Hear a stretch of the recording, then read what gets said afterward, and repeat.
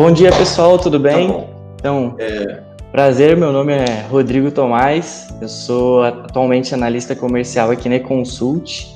eConsult que já está aí no mercado há 20 anos, trabalhando com essa parte empresarial de consultoria, né? E hoje a gente trouxe um parceiro nosso aqui, o Paulo Godoy. Se quiser se apresentar, Paulo. Bom dia, pessoal. Bom dia, Rodrigo. Obrigado aí pela eConsult, pelo convite. Bom, meu nome é Paulo Godoy, eu trabalho no mercado financeiro há 25 anos, mais ou menos. Comecei lá no início dos anos 90. Tenho uma bagagem aí, em grandes empresas, grandes corporações, como Itaú, Banco HSBC, que inclusive não está mais no Brasil, né? Mas Banco Bradesco e Bank Boston. Foram vários bancos ao longo da minha carreira profissional.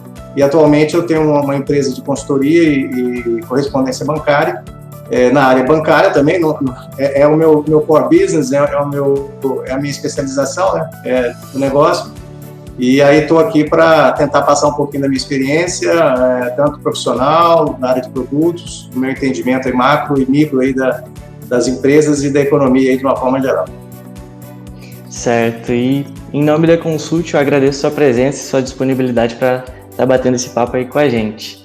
E então, pessoal, hoje a gente vai falar um pouquinho dessa questão de gestão financeira e pegando também uma parcela sobre a obtenção de financiamento visando 2021, né? O ano já está se encerrando, então bater um papo sobre essas duas questões e até mesmo vou perguntar aqui para você, Paulo, nesse cenário assim, pré-crise, né? Na sua opinião, as micro e pequenas empresas, você acha que elas estavam preparadas financeiramente para esse momento? Como você acha que elas estavam? Bom, no cenário pré-crise, antes da pandemia, de certa forma, o setor é um setor ainda muito carente de informação, né? O empresário local, eu fui empresário também no ramo de alimentação, então a gente mesmo com todo o conhecimento macro e de linhas de crédito, eu acho que nós, empresários desse setor, nós somos muito amadores no Brasil ainda para algumas questões, né? Falta ainda falta uma estrutura ainda dentro das empresas de conhecimento de gestão financeira, de administração de empresa, de delegação de responsabilidades, de entendimento. Então, assim, eu acho que no cenário pré-crise, a gente já vinha, pré-pandemia, né? A gente já vinha com um problema. A gente já vinha desde o governo Dilma, lá em 2015, 2016, já havia um enfraquecimento da economia e do consumo, né? Os pilares que levaram o crescimento do Brasil, a equação do PIB lá da variável consumo, ela já não vinha tão forte já desde 2015, 2016. Então, o setor de micro e pequenas empresas, eu diria até as médias empresas, que também tem muita informalidade ainda no Brasil, nas médias empresas também, a gente vinha já numa baixa, o Brasil vinha numa estagnação econômica, né? Então, a pré-pandemia, ela só sacramentou, né? Quer dizer, a pandemia, ela só sacramentou um problema sério de crédito, de gestão, que todo o setor das PJs, né, das empresas micro, médias, PMEs e as médias, né, as PMEs, vamos falar assim, vinham já sofrendo com problema de venda, né, que é o grande problema, a venda tinha caído já, a recessão já impactava. Então, eu acho que as empresas não estavam preparadas e a pandemia, ela trouxe, eu entendo, eu não sei, eu não tenho os dados estatísticos ainda de quantas empresas quebraram nesse período, não foram poucas, quantos negócios fecharam as portas. Eu estive em São Paulo, ando muito em Brasília, mas viajei em São Paulo, eu vi muito negócio, muito aluga-se na parte de comércio e tudo mais. Então, o sofrimento, o sangramento foi geral. E a pandemia, se você falar se alguém estava preparado, eu acho que ninguém estava preparado. Para ninguém nunca, acho que esse evento pandêmico, esse vírus, eu acho que ninguém estava preparado.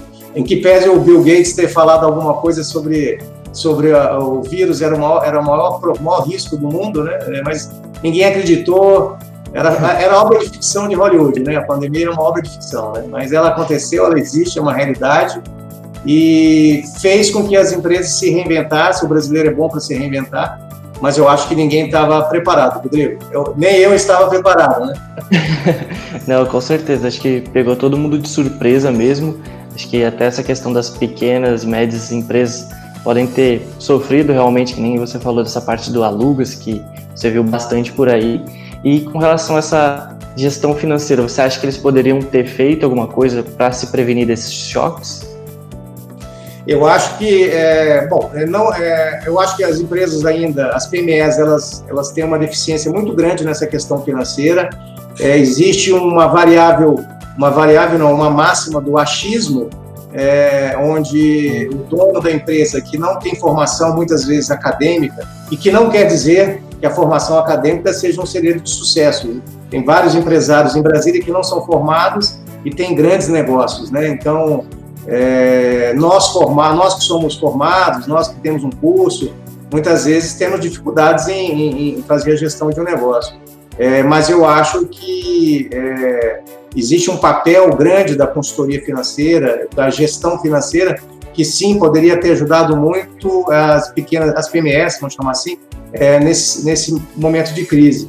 Eu acho que gestão de custo nesse primeiro momento foi fundamental para a sobrevivência de alguma dessas empresas, a reinvenção do processo de venda, principalmente nesse mundo digital que está surgindo. Já surgiu, mas o evento pandêmico, ele fez com que todos os projetos de venda pela internet tivessem que ser desengavetados e colocados em prática, porque senão seria a morte dessas empresas. Acho que quem procurou ajuda tanto na parte da gestão, da administração como um todo, da empresa, está conseguindo sair, todo mundo patinou. Existe um problema, que eu não sei se vocês sabem, mas as PMEs no Brasil, ela não tem caixa para mais do que 60 dias, 55 dias, algumas até menos de 30 dias de capital de giro para rodar os seus negócios. Praticamente essas pequenas empresas, e dependendo do segmento, ela literalmente vende o almoço para pagar a janta. Então, ela precisa do faturamento dela para continuar sobrevivendo, pagando as contas. Então, eu acredito que poucas empresas no Brasil, principalmente as micros e pequenas empresas, têm um capital de giro, uma poupança, uma aplicação líquida lá para esse momento que não é nem agora, né? Começou em março, né? A gente já está aí com mais de um semestre já de crise, em que pese esse terceiro trimestre nosso ter feito um movimento em V aí de PIB de 7, se não me engano foi 7,25 PIB do terceiro trimestre,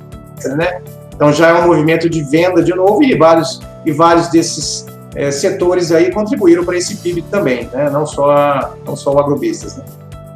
Sim, sim. Eu não sei se eu respondi a pergunta, mas eu acho que quem se preparou, quem teve uma consultoria, quem se planejou, não só para a crise, mas quem tem uma programação em bancos, uma preocupação de linhas aprovadas em banco, de uma formalização do seu negócio, de números, um alinhamento com os contadores, com seus números, seus livros em dia. Quem tem essa preocupação do negócio formal ali, dos números, né? Palavrões que nós conhecemos, né? Balanço patrimonial, DRE, né? Fluxo de caixa. Quem tem noção disso, o empresário que tem o seu negócio e sabe quanto tempo ele demora, qual é o NCC, qual é a necessidade de capital de giro dele, NCG, qual é a necessidade de capital de giro dele. Quem tem essa formalização, obviamente, deve ter passado um pouco melhor pela crise ou está passando por ela, né? Não é só isso, obviamente, né? Mas quem se preparou, obviamente, nesse momento agora está um pouco mais preparado, eu acredito, né? Enfim. Sim, com certeza. Acho que não é só, né, criar o negócio, tá dando certo e pronto, né? Continuar sempre mantendo atualizado ali, pegando essas percepções. E que nem você falou, de olho nesses pontos que a gente realmente conhece aí, DRE e tudo mais. E assim, falando um pouco sobre já no cenário da pandemia, assim, quais foram, assim, que você acredita as piores gestões estratégicas, as piores estratégias financeiras, desculpa, que foram adotadas por essas empresas? Pelos empresários? Bom, teve muitos empresários, a gente está até discutindo sobre números, né, sobre a formalização deles, mas alguns empresários nem puderam abrir seus negócios até hoje, né?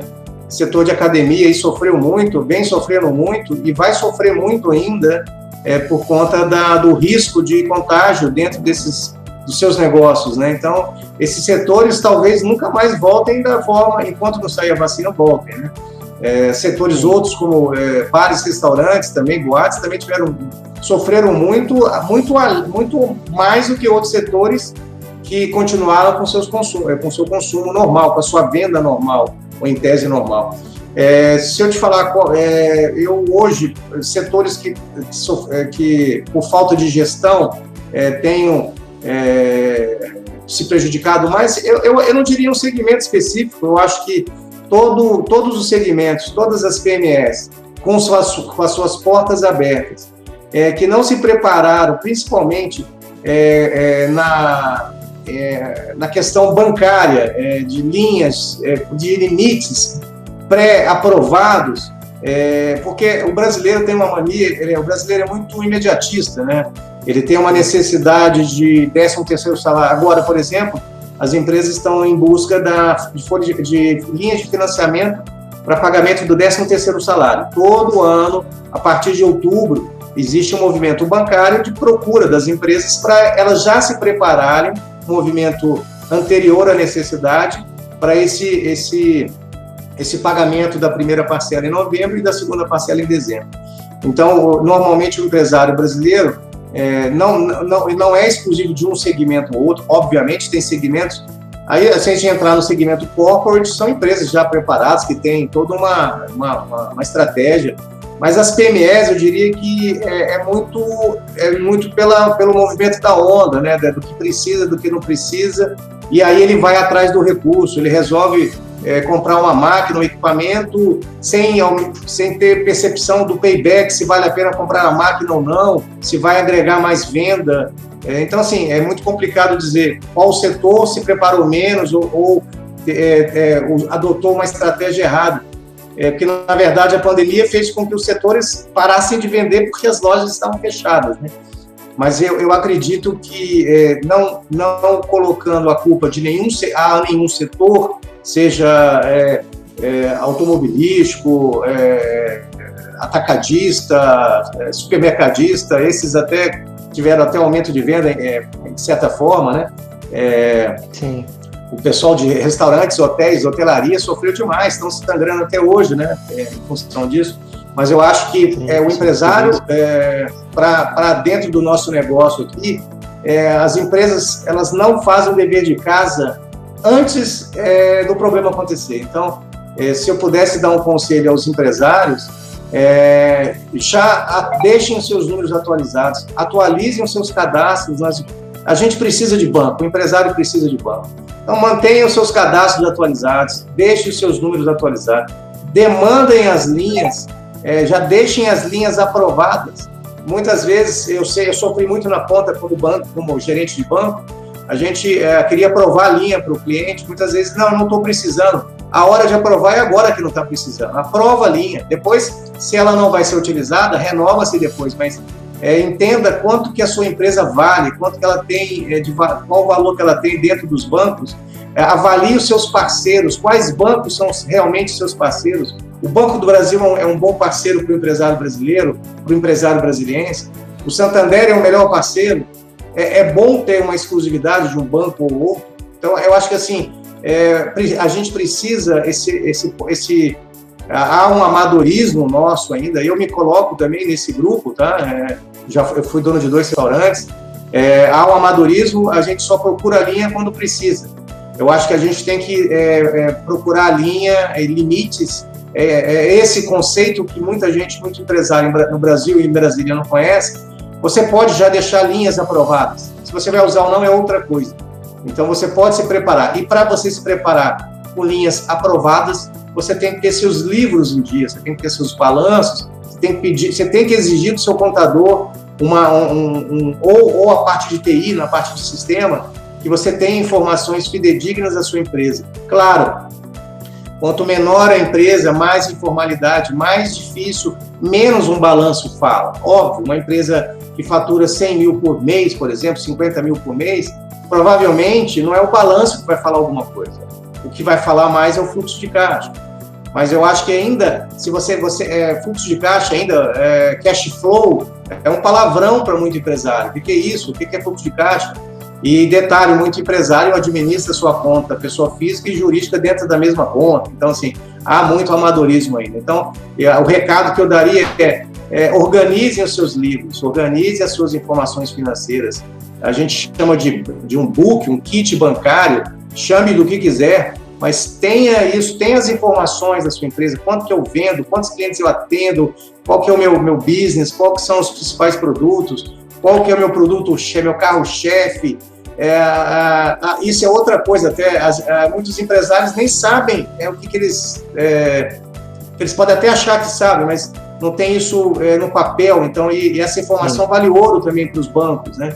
Então, o recado que eu daria para o pequeno empresário é: melhore as informações, tenha um relatório da sua empresa, quais são os produtos que vendem mais, qual é a sua dependência de fornecedores, qual é a sua dependência de compradores, enfim, eu não sei, abri demais, acho, mas é um recado aí. Não, tranquilo. Eu acho que até eu ia perguntar sobre essa questão, né, futura, assim, né, já pensando qual que poderia ser uma estratégia, assim, um direcionamento para essa questão financeira, né, mas acho que deu para pegar já a ideia com essa sua resposta.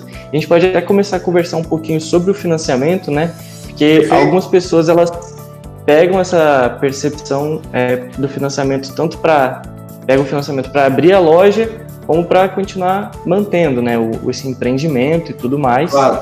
E aí a gente pode falar um pouquinho sobre isso, no sentido de que como que você avalia o cenário para pegar esses financiamentos atualmente? Você acha que para uma pessoa abrir uma loja, você acha que o cenário é ideal? Tá. Então, aí a gente está falando agora de crédito, né, financiamento bancário. Uma coisa que a gente tem que entender hoje no Brasil é que há um monopólio hoje no mercado, oligopólio, um monopólio, são poucos bancos no Brasil, em que pese ter lá quase 300 bancos nas bancas, se não me engano, 267 bancos, eu acho que a gente tem, mas que dá acesso a crédito hoje no mercado. Praticamente o pequeno empresário, o médio empresário, né, as PMEs, elas ficam muito na mão dos principais bancos, né, que são, obviamente, dos federais, dos bancos estatais, que é Banco do Brasil e Caixa Econômica, com linhas, eventualmente linhas mais focadas nesses segmentos, linhas de fomento para segmentos de pequenas e médias empresas. E você tem os grandes bancos privados, como Itaú, Bradesco, Santander, que são as grandes referências hoje no banco, que podem também estar ajudando essas pequenas e médias empresas. Os outros bancos são bancos de atacada, são bancos focados mais em médias para grandes empresas e empresas corporate. Pequeno empresário, o microempresário praticamente não tem acesso ainda a esses bancos, né? E agora você tem também as fintechs, né? Que esse movimento que está acontecendo, eu até tive uma grande surpresa nesse terceiro trimestre agora, onde tem algumas fintechs no Brasil já operando forte com crédito para PME, para as pequenas e médias empresas, com bastante apetite para operações sem garantia, né? Que a gente chama no mercado financeiro de operações clean, operações sem garantia, né, que é um grande problema, porque o pequeno e médio empresário, praticamente, ele não tem imóvel, não tem carro, não tem estoque, não tem garantia para fazer jus aí a uma operação de prateleira de bancos como o Banco do Brasil, Bradesco e todos eles, né. Eu vejo ainda nesse monopólio um grande problema, não só pelo monopólio, por poucos bancos estarem ofertando crédito para as PMEs, mas também um despreparo dos gerentes, primeiro em querer disponibilizar isso, porque dá trabalho, dá dinheiro para o varejo, dá trabalho, dá dinheiro para as PMEs, principalmente aí dentro do que a gente falou no primeiro momento, não há informação. Crédito é conforto. É um dos Cs do crédito, que a gente fala do brinco dos Cs do crédito, né? Um dos Cs do crédito é confiança, conforto.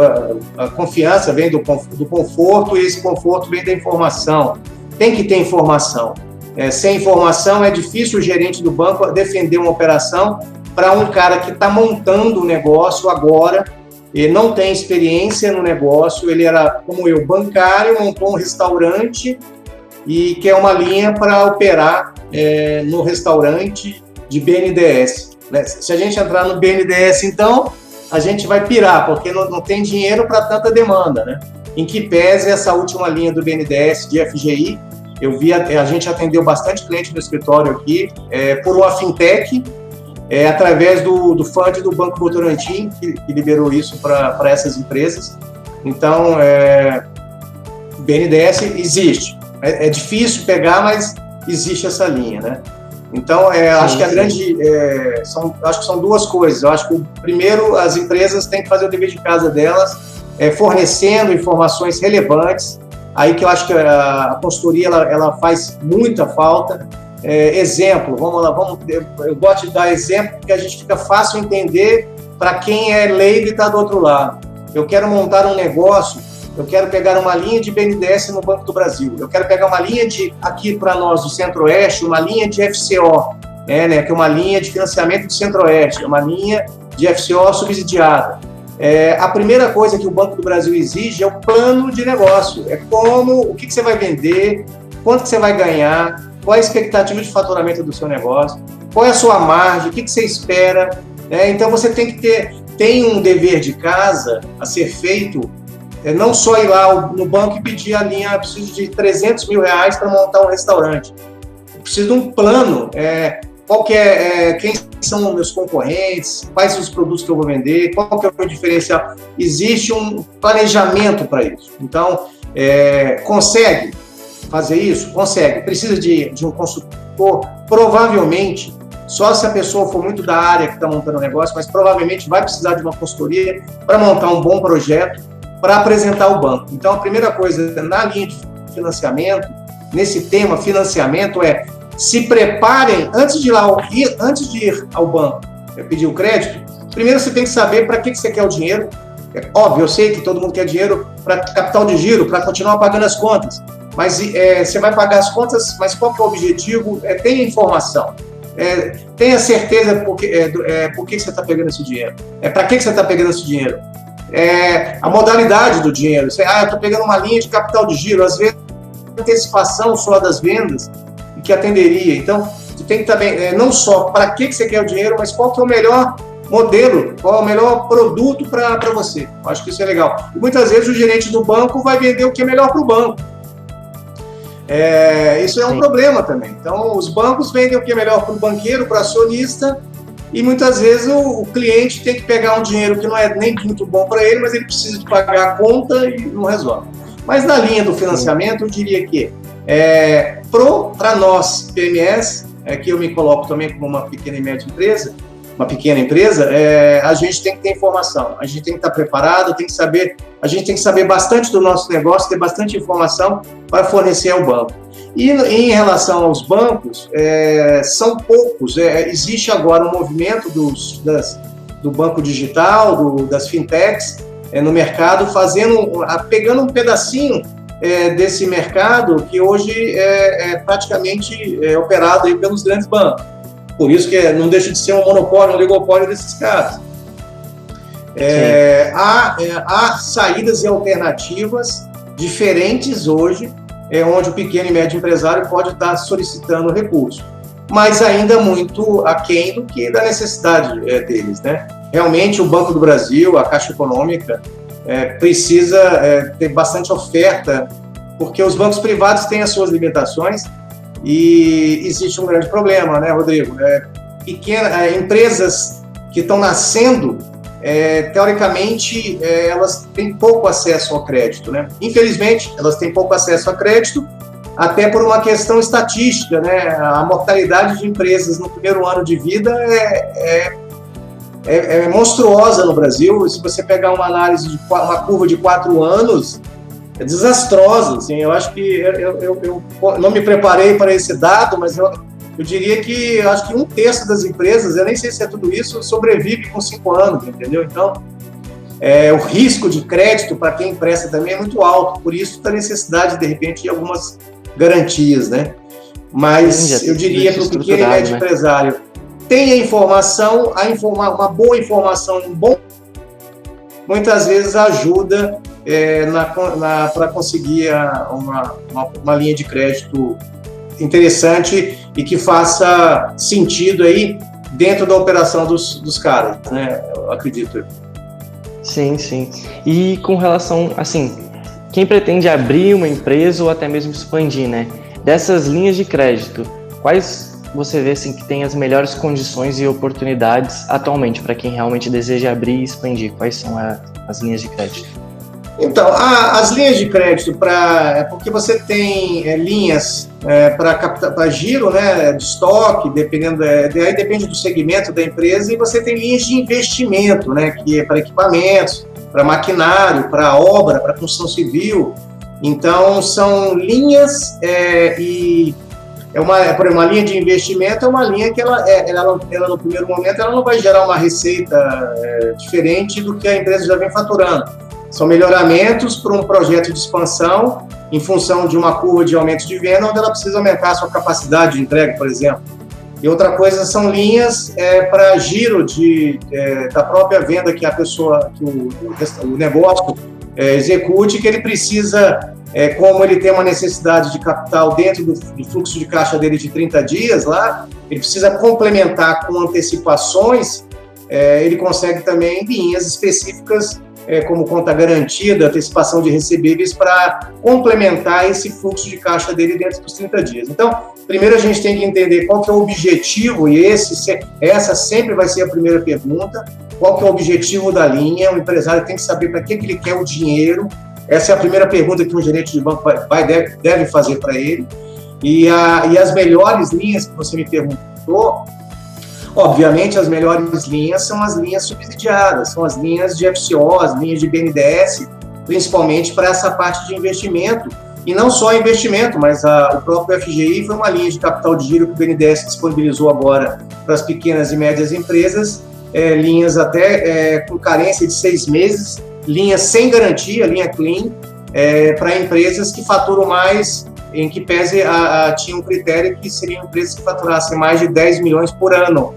Né? 10 milhões por ano, são empresas que faturam aí 9 fora vai 1, 10 dividido por 12, são empresas que faturam 830 mil por mês. Então, são médias empresas, né, que teriam acesso a esse recurso. Mas fora esse recurso, o próprio Santander tem a linha Supera, com empresas que faturam até 60 mil, o próprio BNDES também tem linhas para esse segmento de pequenas e micros empresas, mas a gente volta ao problema original, quer dizer, eles estão ligados aos bancos, esse recurso praticamente o BNDES lançou, se não me engano foi 1 bilhão que ele lançou na primeira leva, ele acabou em 2 semanas. Então, assim, não tem para quem quer, a demanda é muito maior do que a oferta, então, e aí você entra nos produtos que esses bancos têm do acionista lá para oferecer, que não são linhas subsidiadas, e aí que entra o nosso dever de casa como consultor, onde se ele tem algum tipo de garantia, ele consegue um custo menor. É um exemplo que eu te dou. Hoje a gente tem linhas com garantia real mais baratas do que as linhas que o BNDES estava oferecendo.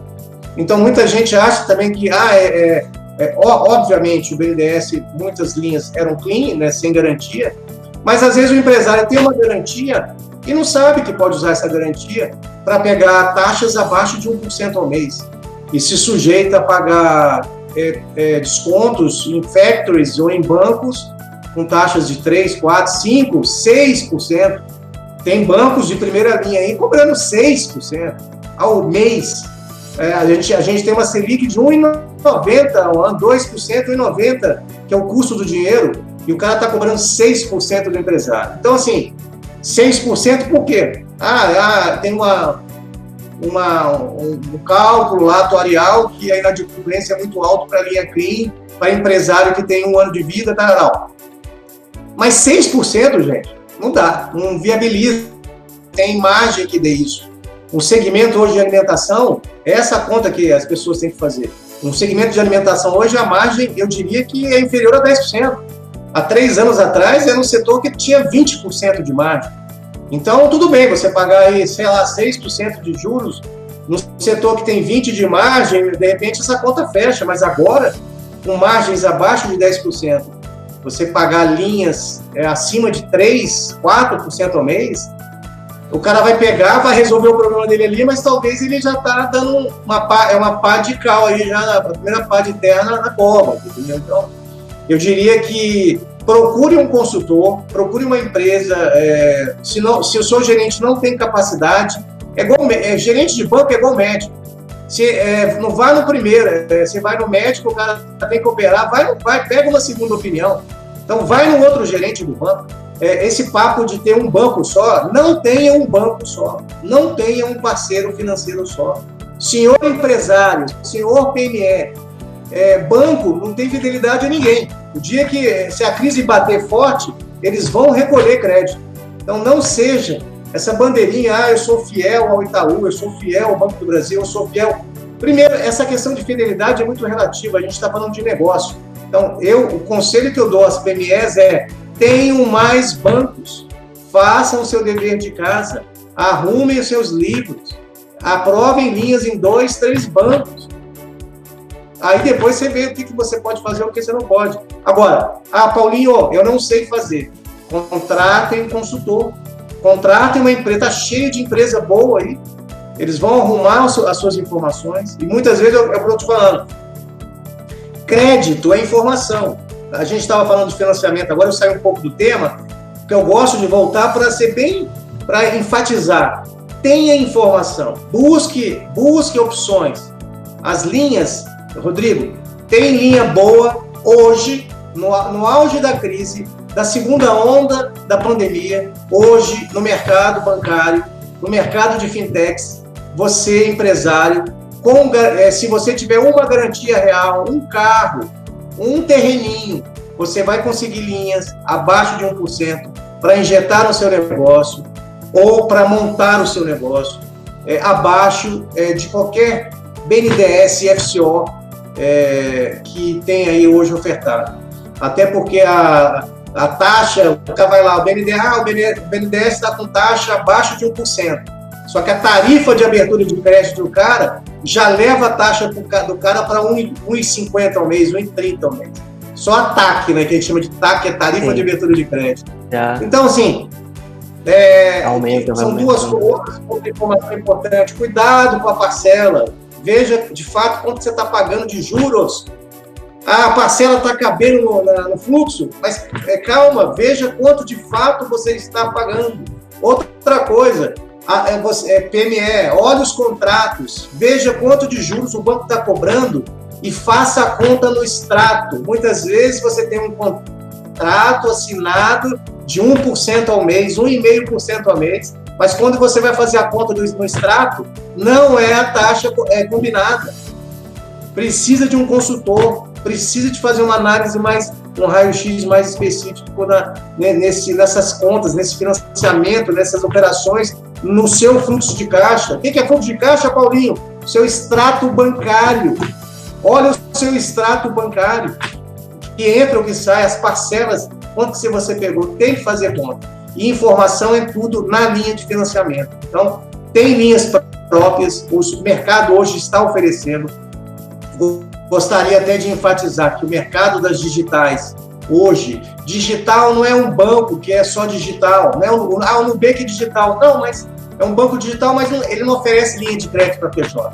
Eu digo mercado digital, é o mercado das fintechs, onde você tem balcões de negócio. Exemplo, o jabá aqui do dia, a Frank Open Bank, hoje é um balcão de negócio, onde tem vários bancos plugados a ela. Você tem acesso a bancos de primeira linha e fintechs. Então, imediatamente, no único acesso, você tem acesso a 8 instituições financeiras numa única demanda de crédito. Você não precisa fazer 8 visitas físicas, presenciais, numa agência tradicional de tijolo, na Caixa Econômica, uma outra visita no Banco do Brasil, uma outra visita no Itaú. Você pode fazer isso digitalmente, fazer isso de casa, fazer isso do seu escritório e já mandar para esses caras. Agora, precisa de informação. Se você manda uma operação e manda errado, eu tenho amigos que não conseguem aprovar a operação na Creditas. A gente consegue aprovar na Creditas. Qual que é a dificuldade? Informação. Se não mandar do jeitinho que eles querem, o cara não se sente confortável, ele não empresta. Agora, isso é o papel da E-Consult, esse é o meu papel como consultor. As empresas têm que entender que tem que ter uma formalização, uma organização de informação. Aí elas vão ter sucesso nos seus financiamentos. E a gente tem condição de dar o caminho das pedras. Qual banco buscar ou não? O BRB está com linhas fantásticas aí. Só que quem é que tem acesso ao BRB? Quando a gente fala de BRB, o que a gente pensa? Burocracia, banco público, banco que só dá dinheiro para alguns dos amigos do rei. Não é bem assim, mas tem que saber entrar, tem que saber pedir. Saber pedir é o segredo, é a dica do Paulinho aqui. Saber pedir. Saber pedir é informação, a linha certa e o banco certo. Cada banco tem o seu business, seu core business. Cada banco tem uma linha específica que é bom naquela linha. Falo demais, mas eu acho que eu passei um pouco da bagagem que eu tenho. E acho que para a gente ir finalizando também, acho que a minha última pergunta ela seria nesse último quesito aí que você estava tocando, né? Nesse papel da consultoria, de uma assessoria financeira, né? De um consultor, assim como você falou. Como que você avalia que é o papel dele? É fundamental na gestão financeira estratégica de longo prazo e também para conseguir obter esses financiamentos, né? Já que normalmente essas pessoas que têm essas informações, né? Que nem você falou que realmente é importante. Então, como que você avalia o papel tanto de uma consultoria quanto de uma assessoria financeira para esses dois pontos? Então, Rodrigo, eu acho que o bom consultor, uma boa consultoria, né? Porque tem consultores e consultores, né? Então, assim, um bom plano de negócio, um bom planejamento estratégico, inicialmente, para o empresário conhecer o seu negócio. Tem empresários que já têm isso muito fácil, né? Mas quando o empresário pede ajuda, é porque ele chegou no limite, de repente, da criatividade dele e da organização dele. Então, eu vejo o consultor, primeiramente, porque todo negócio, assim, uma coisa que a gente tem que entender é o seguinte: qual é o grande objetivo do empresário? Qual é o grande objetivo do pequeno e médio empresário? Qual é o grande objetivo de qualquer negócio? Qual é o primeiro objetivo de um negócio? É a venda. Sem a venda, a conta não fecha. Então, assim, por que eu acho que o consultor é importante? Quando o empresário já chegou no limite da capacidade dele, ou em função da pandemia, ou de crises, ou da concorrência, ele não consegue, ele perde venda. Aí, normalmente, o empresário chama, obviamente, quando ele está com problema. Ninguém vai ao médico quando está com saúde, né? Você só vai ao médico quando está doente. Então, muitas vezes, as empresas só pensam nos consultores específicos do negócio, do segmento deles, né? Porque eu tenho amigos meus que são especialistas, consultores em saúde, na área de saúde. Talvez esse cara não seja um cara ideal para uma fábrica de sapato. Então, dentro do business das consultorias, elas podem fazer um diagnóstico, que a primeira coisa é o paciente doente que vai ao médico e você faz um diagnóstico da empresa. Então, eu acho que o papel do consultor seria ele faz esse diagnóstico da empresa, da venda, dos custos, do RH, das pessoas, do negócio, dos equipamentos, do segmento, da concorrência, ele faz todo o diagnóstico do business do cara, do negócio do cara. E esse planejamento de longo prazo, ele é fundamental.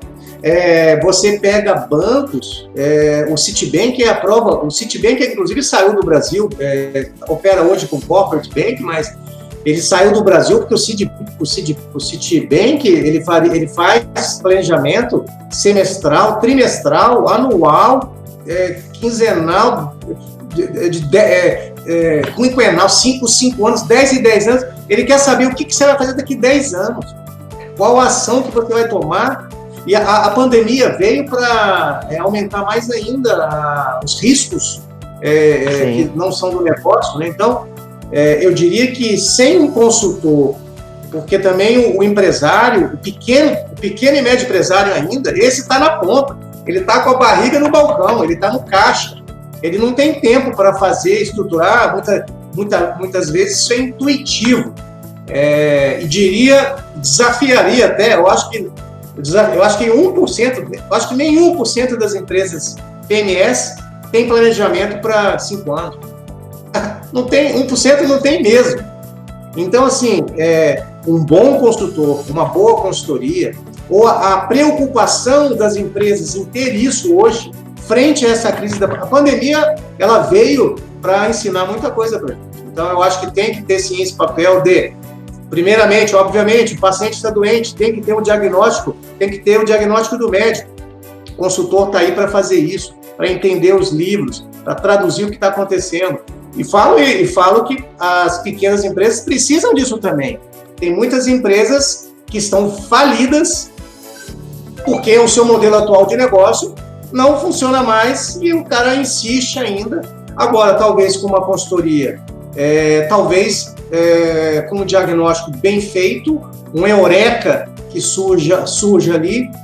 O mundo é digital hoje. Quem não partir para isso está fadado a um final aí no curto prazo. Então, as empresas precisam de mais de uma consultoria hoje, voltadas a pensar, porque você está no dia a dia ali com a barriga no balcão, você não tem tempo para pensar, mas aí você contrata o Rodrigo da E-Consult, você contrata a Isa, contrata os alunos da UNB aí que estão sedentos, criativos, para pensar no que vai acontecer agora no pós-pandemia.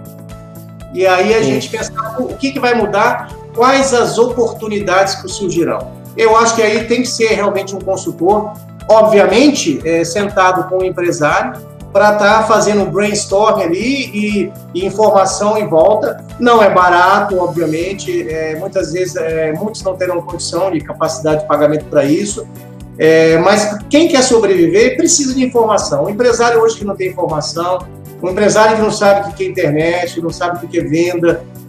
Eu não sou bom de internet, nunca fui e tenho aversão. Eu gosto de falar no telefone, o WhatsApp às vezes me irrita, mas o novo normal é esse. Se eu não conseguir mostrar a minha empresa pela internet, eu estou fadado a um fim curto lá na frente. Então, o empresário vai ter isso.